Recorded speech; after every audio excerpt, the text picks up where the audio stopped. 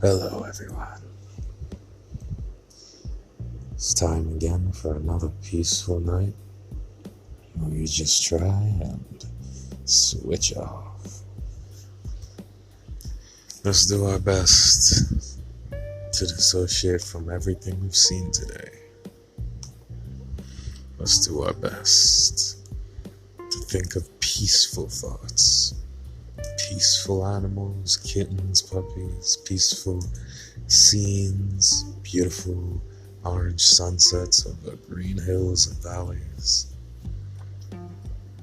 Let's just be at peace. A warm, sandy beach. The sand is not sticking to you. Magical. Nice orange glow. Beautiful curling ocean waves calmly rolling in to the late afternoon, making a nice brown noise, creating a nice resonance, helping you just ground yourself through the sand into the earth. The earth that is your mother. You're connecting with her. Be at peace.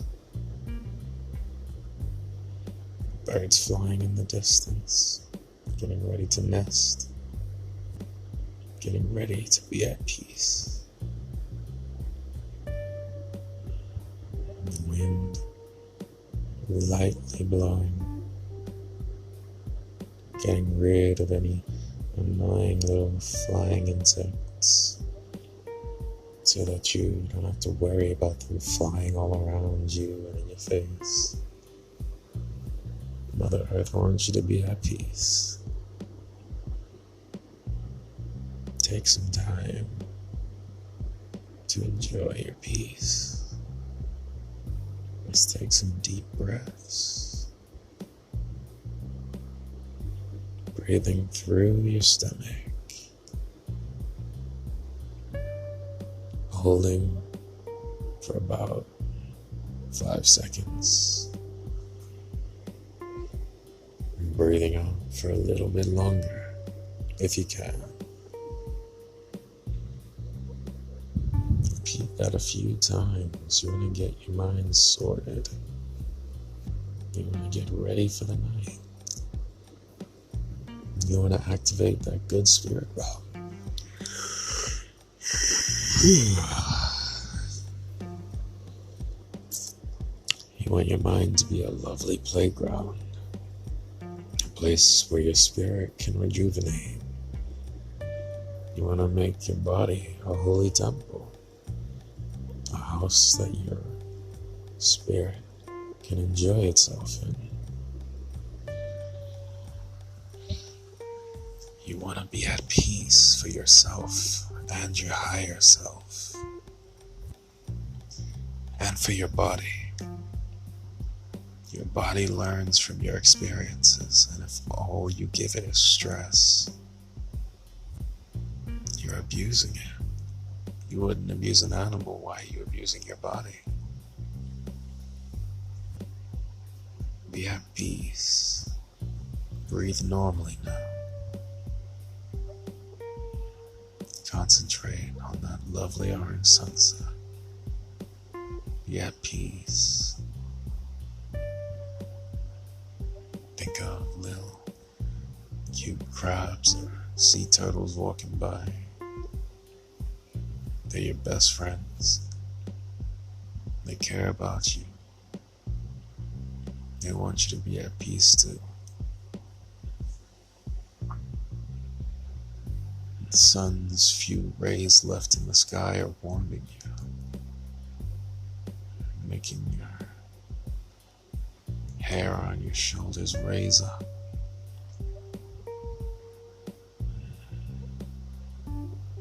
Getting kissed by the galaxy. This is what that sunshine feels like. May it bring you peace.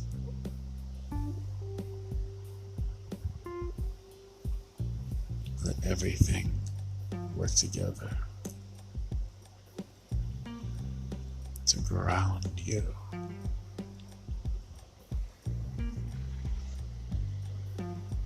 Get lost in the ocean waves. Get lost in the song of the birds singing. Get lost.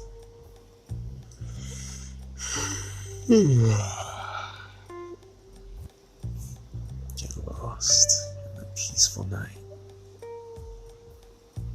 You may start to hear some crickets chirping.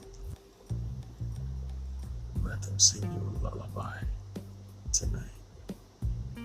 Be at peace. Enjoy their song. They sing it just for you. Be at peace.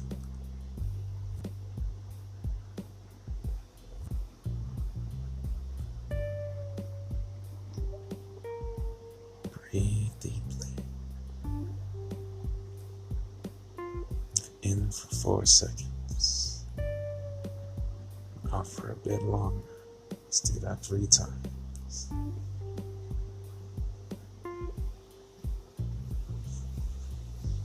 Breathing from your belly.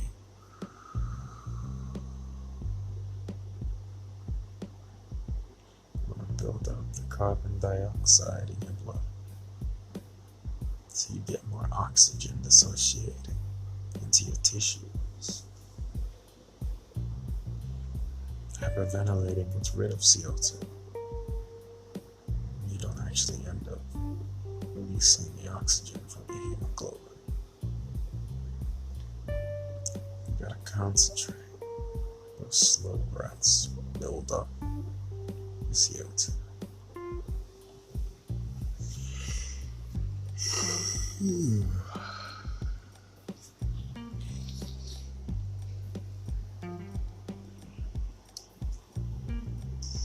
What a lovely day it's been. Because the sun rose up again. Think about all the different things happening throughout human history, the history of this planet and all the others in the solar system. And that sun is still spinning there. And I guess technically it doesn't rise. Technically we fall. Technically. But we and the sun are both careening through the universe. So I guess we're both rising and falling. Strange to think about. But to us, the image of the sun showing up and leaving looks the same. From the sun's perspective, if our eyes were as big, big enough to equate the sun to be like eyes on the sun. Now let me make sense. If we could have our head be the sun, and we had eyes that were big enough to be the sun's eyes, and we could look around the solar system after all these hundreds of thousands of years, what do you think we would see changing? You think we'd notice the changes on Earth? Or Mars? Or, vast outer areas of the galaxy? Do you think we'd be able to see other stars and shout to them? Say, hello, neighbor. I wonder if the sun feels the speed at which it's flying through existence. I wonder if it feels the pull of the planets, or if the planets are just attracted to it. I wonder if it thinks we're clingy. I wonder if things often fly into the sun and just get completely eviscerated, and the sun feels bad. You can't tell them I'm sorry. When you are the light, who's your light? Who does the sun look to? Well, in my opinion, he would look to my King, my God. That's my faith. That's what I believe. I can't imagine how expansive existence is. Our galaxy, as big as it is, as infinitely big as it is to us, to other galaxies, it's nothing. And then that cluster of galaxies, massive. Can't even imagine it unless someone were to literally animate it. And then that cluster of galaxies is a small cluster within a cluster of clusters. And then that cluster is a small cluster within a cluster of clusters. And then we get the known universe that we can see, but obviously that's nothing. So what's beyond it? Where light doesn't reach us, what's beyond it? How much further does it go? In which part of existence does my king reside? I know he's everywhere. But if Earth is his footstool, where is the kingdom? Is it throughout space? Is it beyond what we see? So many questions. Where are the other life forms that he's encountered and created? What has he said to them? Did they need a Jesus too? Or were they just aware? Or have they not even encountered my king yet? Has he just made them and just left them to their own devices? Kind of like what happened on Earth for the last, few million years with the animals. Did he communicate with them, or did he just leave them be? The first early humans, when he just left them, let them do their thing. When did the need for interaction happen? And when there are aliens that encounter God, what will he say to them? Is the concept of sin specific to us because of the horrible shit that we did? It's interesting, all these metaphorical situations, and whether you believe in God or not, it's an interesting philosophical decision to think about these things. Just like if you think about the higher heavens and lower hells, and different religions speak of Buddhism too. It's always interesting to think about it. But what can I say? I like to think, I like to find solutions, or I like to connect to other spiritual realms in my own mind. It's how I unwind. Simple. You might think that we aren't the same, but in more ways than one, we're pretty equal. Yes, my friend, relax. Sit back. Not meaning to rhyme at all, it's just happening. I'm dozing off. Bars.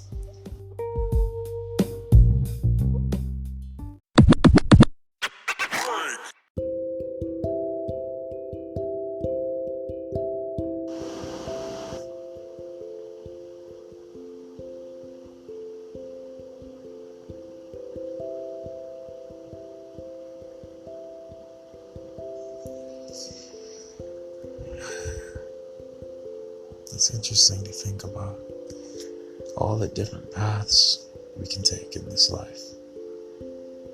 And yet somehow humans are very good at using our imaginations, even when we think we don't have a good one. For instance, we believe in society. There's nothing solid that's barring us in actually to a society. We believe that the human next to us won't just lose their composure on a train and do something horrible to everyone on board. We don't believe that humans go around and doing terrible things to, food stalls and, food containers and grocery stores. We just don't believe it. We have told ourselves that is an impossibility. As I said in one of my previous talks, a lot of us delude ourselves in thinking that, if a dog is trained well, it can never do something wrong. Or things we just choose to believe in. This person is from that background, so of course they're more dangerous. We just tend to believe these things. And it's crazy to think that even money, this useless paper with ink on it, the fact that that has more value nowadays instead of coins. Coins are shiny, they have a pleasant sound. I mean, they're probably just as dirty as paper money. But they have weight to them, they can't be easily damaged. Why is it that we value paper so much now? I would imagine that we could save more of the rainforest if we're trying to print useless paper. Why do we care so much about paper and not coins? And then ironically, we have Bitcoin and all these other cryptocurrencies. And that is, for some reason, bad for the planet. Because of the servers or something. I don't know, I'm not much of a tech person, but wouldn't it make more sense to reuse the metals, make coins more of a thing again? Make like $1,000 coins and $100 coins instead of relying on paper. And if some country is going to take that idea, I'm trademarking that now. That is my idea. I'm just saying, it would make so much more sense. Instead of, so much more sense. I crack myself up. These are the jokes. I have quite a raspy voice at night and early in the morning. Rorschach's Journal. A comedian died in New York. And all the hookers and politicians would look up and shout, "Save us." And I'll whisper, "No." I love my voice. It's one of my only redeeming qualities, actually.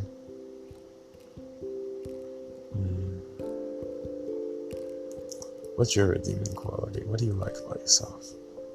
Don't give me that bull crap about there's no redeeming quality. If you do like yourself, come on now, you gotta just pick one.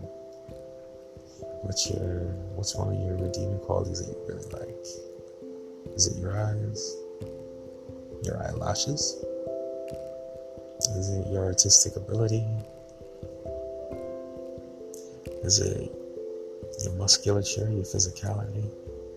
What do you like about yourself? Go on, speak it into the air. No one's listening. Only the FBI agent sitting at your window, but no one else.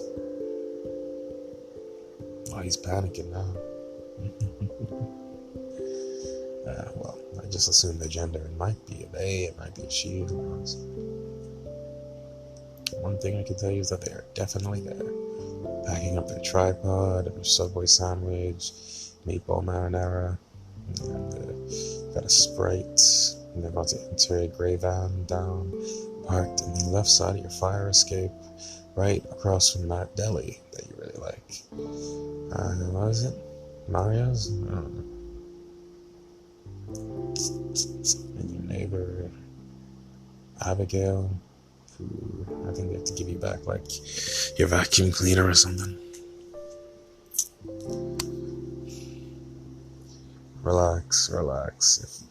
Look, I'm a mental health advocate, so I know that if that did actually perfectly describe even one person's life, that they are probably genuinely having a moment of psychosis and panic. I am joking. I just say what comes to mind when I say things like that. That was a joke. I'm not, no one's watching you. Relax. If anything, people are watching me because I'm speaking on a podcast. No one's watching you. Calm down.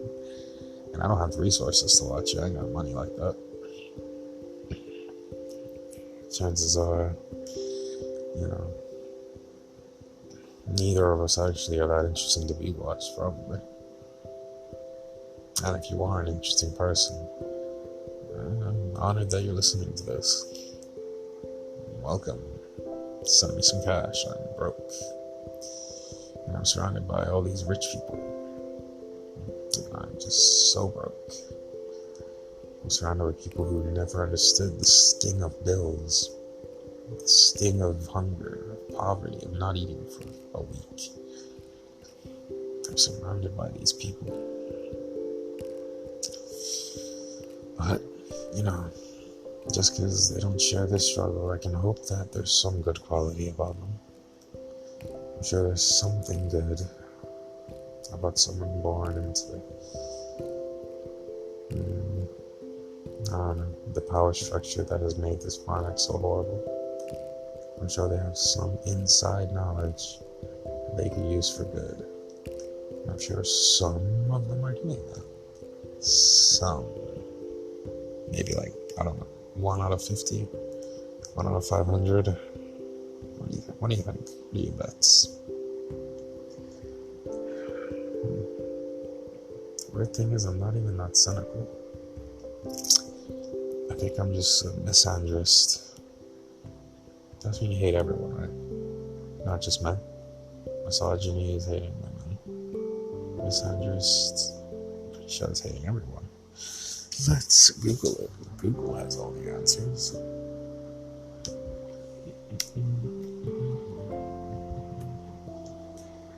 Misandrist. Okay, it's hate men. Okay, cool. I think. Person who dislikes, despises, or is strongly prejudiced against men. Okay. So then, what is the word for hating everyone?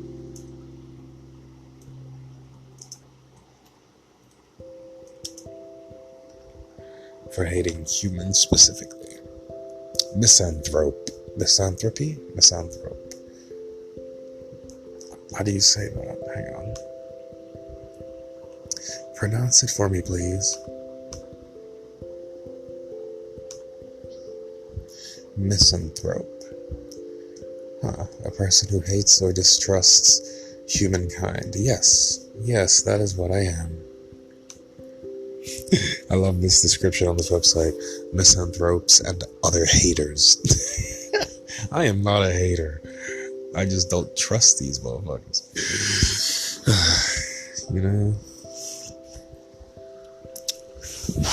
But just because I don't trust any specific species on Earth, but just specifically it comes from humans, but I really don't trust any species on Earth other than plants and the planet itself. But that doesn't mean I hate individuals. So whenever I find individuals that are kind, I really do enjoy their company. But I do know that it's a short while before they do something that'll just turn me off from them. They can't help it. They were born into this world, and I'm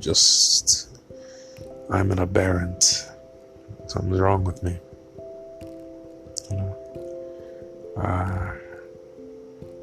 What can I say?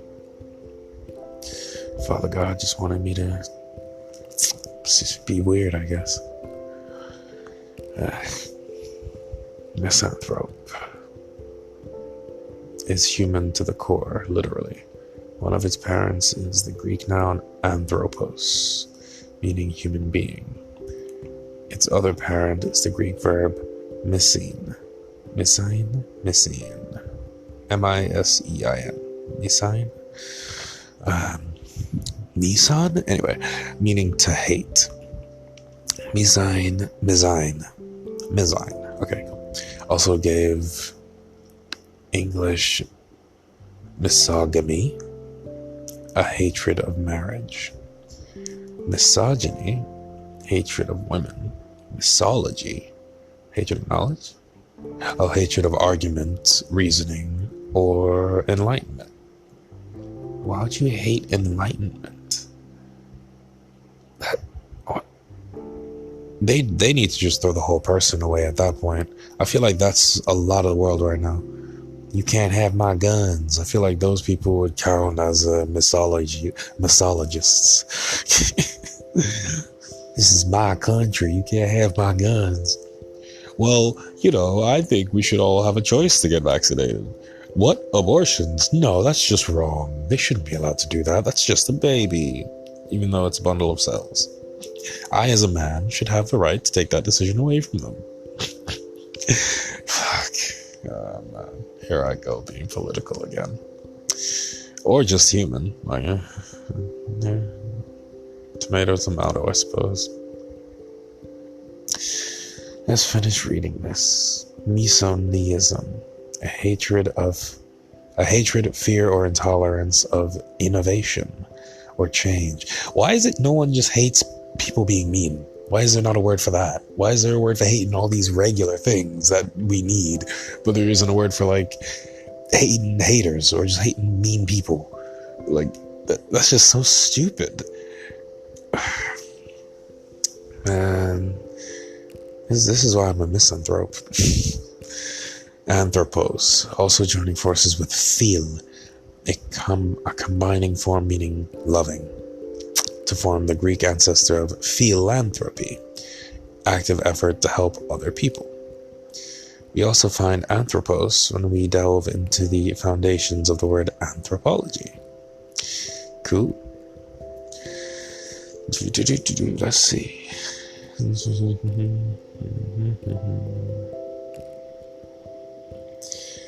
So, misanthrope, blah blah blah. Very likely popularized by the French playwright Molière's Les Misanthropes, which depicts a bitter critic of society who chooses exile over contact with other people. I can relate. In English, misanthrope, or its anglicized equivalent, misanthropist, has been applied to many a perceived antisocial crank, from satirist Jonathan Swift to philosopher Friedrich Nietzsche to Charles Dickens' character Ebenezer Scrooge. It is one of several English words beginning with mis, from the Greek misain, to hate, naming persons who despise something or someone. The most familiar example nowadays is misogynist, used for blah blah blah, we know.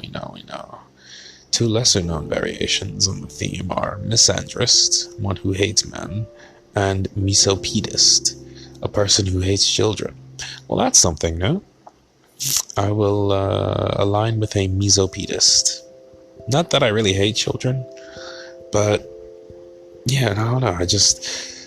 I feel like kids are alright, but like the fact that they grow up to be pieces of shit, might as well just hate them at the source. Hate them while they're, young. You know what I mean? Before you have to hate them as a grown up. Let's see. Nah, but kids are actually really innocent.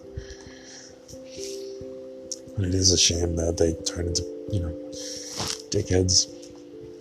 Most of them while they're still kids. Unfortunately. Let's see. What can we read here? What can we read?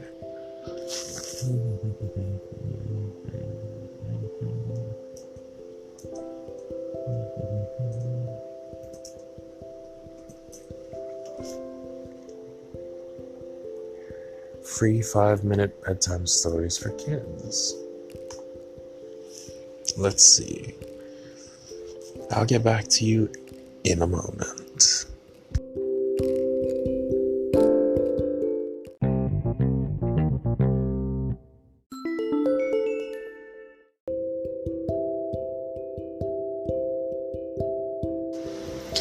So, I think I have a new segment for the next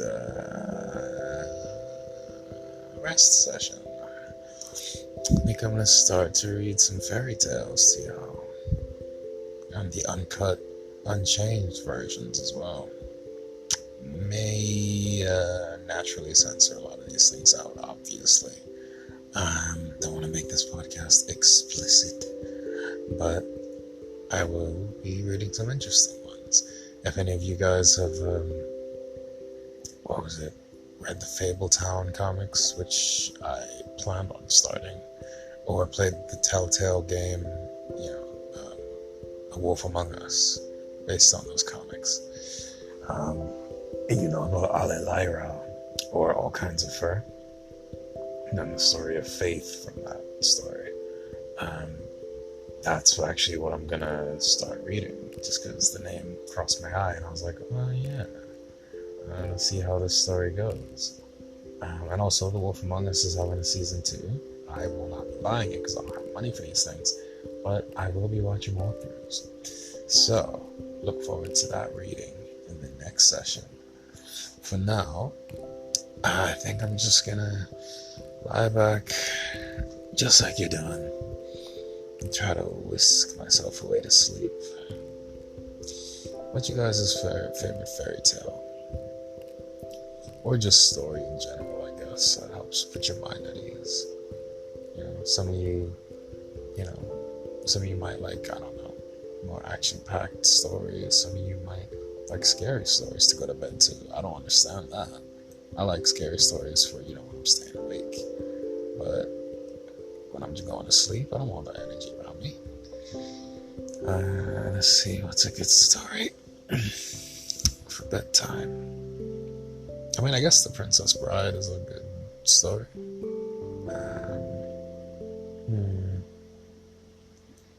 The Emperor's New Groove is a nice movie to watch. I don't know, most of the stuff I like is really impactful and deep, and I don't really want to cry all the time.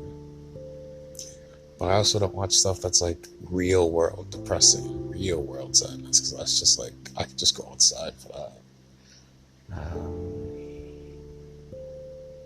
I don't know, as much as like Berserk is a violent series, it's like the soundtrack of like the 90s anime and like the meaning that the characters have for each other is really beautiful. So I know like most people wouldn't think about Berserk, but I might, It's a story of struggling against existence and like fighting all of it. Like that's something, it's hard to not find it endearing. But it's like, it's fiction, so it's like, this person's fighting just off the wall, ridiculous, straight up evil, and they're able to do it. Whereas in, real life, it's like, yeah, we have evil oppressing us, but it's, it's subtle, and it's in, the powers that be, and, we're not actually physically fighting, we're just living. And I like stories like Berserk because it's like, it gives it like a tangible, real, solid, visual, context of like someone taking life into their hands and actually slaying things that are oppressing them. And I think we can all relate to wanting to do that somehow. So that's why I like stories like that. It's like, yeah, the person's life might be, very difficult or sad, but the fact that they fight back, there's something in that I can't deny that I love. And honestly, I wish I had that kind of natural motivation to fight back. A lot of the time, I feel the need to give up. I mean, for the things that are most important to me, I fought, and I fought, and I fought, and I've gotten very far. But it's like when life keeps changing the game up, and it takes away your controller, and it takes away, it makes you fight with, a disadvantage after all this time when you've already had disadvantages. And you're just like, man, I really can't keep doing this. Like, when am I going to have that just moment of, okay, you're able to do it, and we're not going to try and sabotage you? I think that's why I like those stories. Because there's someone who, they were weak just like me, but life made them have to be super strong, and they refused to die. And, they might not have a path put in front of them, but they have their sword. They've sharpened their blade. They know what they need to do to survive. And, I feel like Berserk is a story that could be a metaphor for, our lives, and what I've been trying to say here, sharpening your blade, and trying to get your rest. You know what I mean? It's like, We can all learn from that character of Guts. He's not like he's just some good person. He's a person who life kind of molded him to be. A lot of the time he's worse than the people who might come up against him. But it's not out of wanting to be evil. It's just that's all he sees is evil people. And he might have started off very trusting for many years, but after a while he went through too much. What would you expect? And then he finds nakama. He finds friends, comrades, tomodachi, and they start to bring love into his heart again. Obviously at first he doesn't believe it, and a lot of them are messed up who are in the group. But it's the fact that they start to care for each other. It's something beautiful that I want for all of us. To be each other's rest. To care about this world. To want to make it beautiful. It may look beautiful, but the evil intentions in it, the evil powers that be, the people who sit back and do nothing about them, they cloud this earth with an ink, a gray, putrid, bubbling ink that we drown in. I don't want to rest my head at night knowing that, I could have fought for many years and I didn't. At least now, if I were to give up now, I can say that I gave everything to this for so long. But even still, if I have the ability to still go, despite the fact that I've been cheated and had the rug pulled from under me after decades, if I'm able to stand, I'm still standing. But I'm very tired. And unlike Guts, I don't have nakama. So I feel like when they try again to dissuade me and sabotage me, and I'm not able to,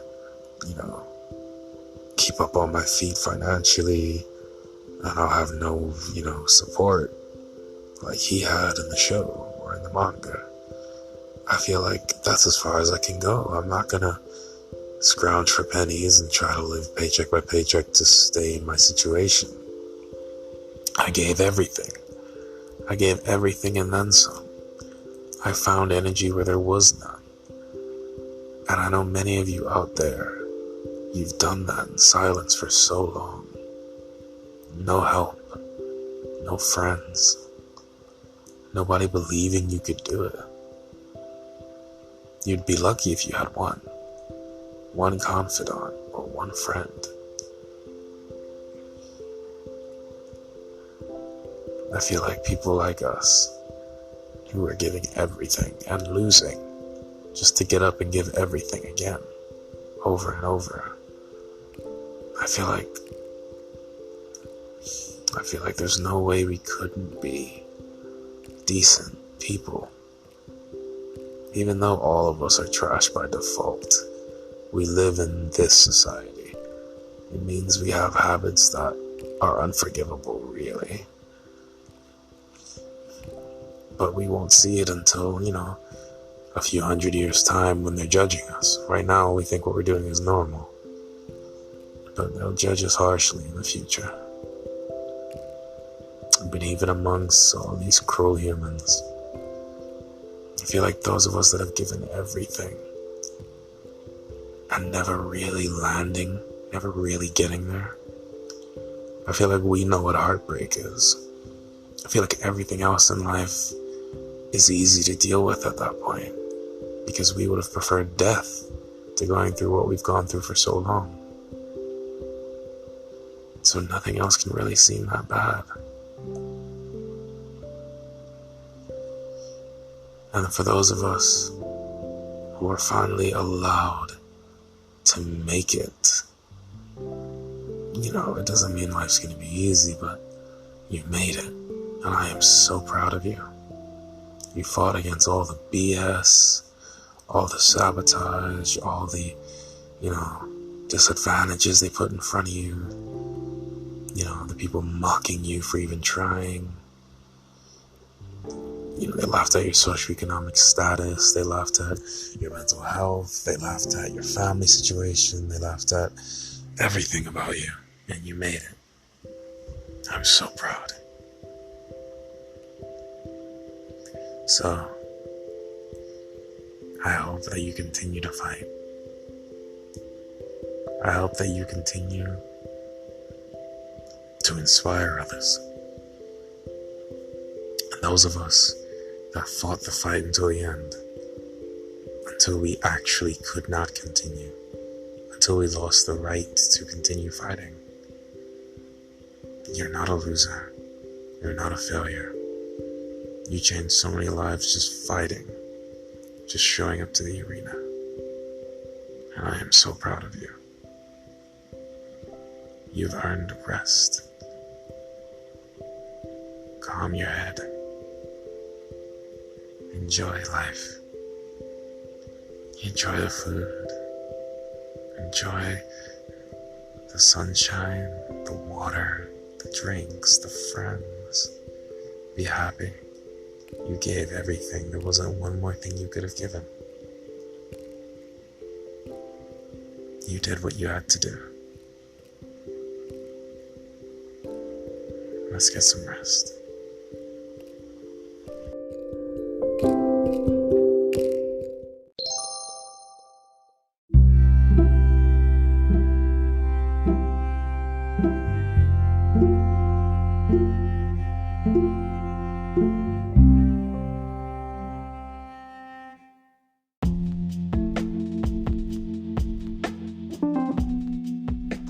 Thank you all for listening in. Feel free to follow me on TikTok, Instagram, Fanbase, YouTube, all under the same name, Just a Dreaded Menace. I like to draw, do some sketches, do some skits with my sketches. I also have a Twitch channel as well, but I don't really use it because I can't really game much right now. But I do follow, a lot of the people who I, talk about in my sketches, and I think you should follow them as well because they're quite hilarious. Ideally, I'd like to have some special guests on my podcast, so let me know who you'd like to see. Obviously, I will be reaching out regularly, and send some positive energy, and maybe, who knows, we'll see what we can do. Until then, send some questions in. Have a lovely sleep.